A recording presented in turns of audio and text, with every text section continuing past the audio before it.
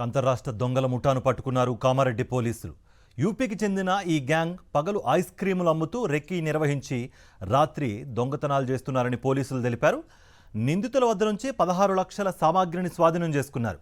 బిక్కనూరు మండలం అంతంపల్లి శివార్లోని ఓ రెడీమిక్స్ ప్లాంట్తో పాటు రాజంపేట మండలం తలమడ్ల శివార్లోని ఓ ఫార్మా కంపెనీలో దొంగతనాలకు పాల్పడినట్టుగా పోలీసులు గుర్తించారు. వివరాల్లోకి వెళ్తే వీళ్ళందరూ కూడా యూపీ స్టేట్ కు చెందిన వారు. అందులో చాలా మంది 20 సంవత్సరాలకు పైగా హైదరాబాద్ లో కామారెడ్డి వివిధ ప్లేస్ లో సెటిల్ అయిన వాళ్ళు ఉన్నారు. వీళ్ళంతా వీళ్ళకి తెలుగు కూడా మంచిగా వచ్చు.